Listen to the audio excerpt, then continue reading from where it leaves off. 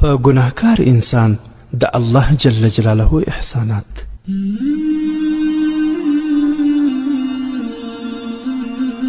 انسان چې کله ګناه کوي په هغه وخت کې هم الله تعالی په هغه دا 5 احسانات کوي.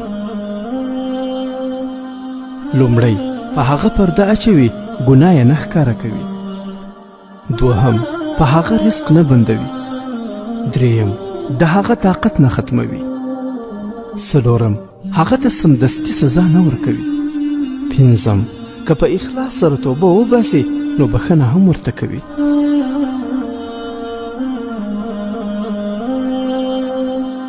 ای انسانه، نو بیا ولې د داسې رحم ذات نافرمانی کوي؟ راځه نور له ځان سره ظلم مه کوه، له ګناهونو لاس واخله او هیڅکله مه ناامیده کیږه. رسول الله صلی الله علیه وسلم فرمایي التائب من الذنب کمن لا ذنب له، رواه ابن ماجه. ژباړه: له ګناه څخه توبه کوونکی داسې دی لکه هغه چې هیڅ ګناه نه وي کړې. الله جل جلاله په ډېرې مهربانۍ سره د قرآن کریم د البقره سورت په 222 نمبر آیات کې فرمایلی ان الله يحب التوابین ويحب المتطهرین. د الله جل جلاله هغه خلق خوښیږي چې له بدۍ څخه لاس واخلي او سپېڅلتیا غوره کړي. یعنی الله جل جلاله له توبه کوونکو سره مینه کوي. همدا ډول د قرآن کریم د الزمر سورت په 53 نمبر آیات کې خپلو ګناهګارو بندګانو ته په ډېره مینه داسې فرمایلی ای زما بندګانو، کومو کسانو چې پر خپلو ځانو تیری کړی دی د الله جل جلاله له رحمت څخه مه ناهیلې کیږئ. یقینا الله جل جلاله ټول ګناهونه بخي، هغه خو بخونکی او مهربان دی. ای مسلمان وروره، د ګناهونو انجام ډیر بد دی.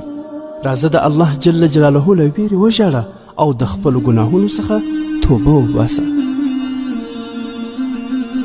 رسول الله صلی الله علیه وسلم فرمایلی دی د هغه کس دوزخ ته تلل یا په اور باندې سیزل چې د الله جل جلاله له ویرې ژاړي داسې ناممکن دي لکه د شیدې ننوتل په تیو کې، رواه الترمذي.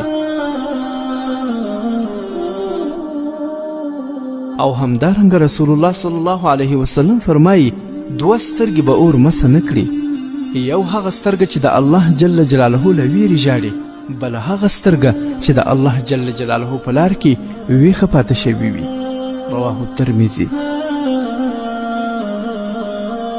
او همدارنګه رسول الله صلی الله علیه وسلم فرمایي الله جل جلاله ته هیڅ شی دومره خوښ نه دی لکه 2 څاڅکي.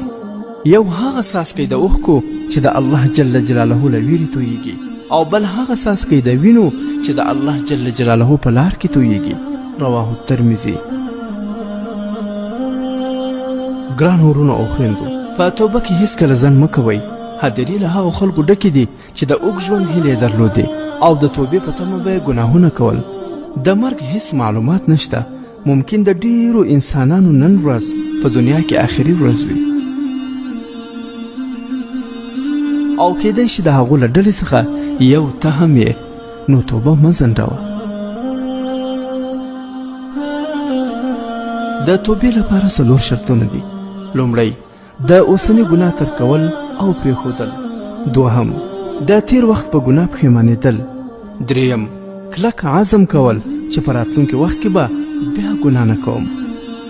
څلورم که د بنده حق مو خوړلی وي نو له هماغه بنده څخه معافي او بخښنه غوښتل.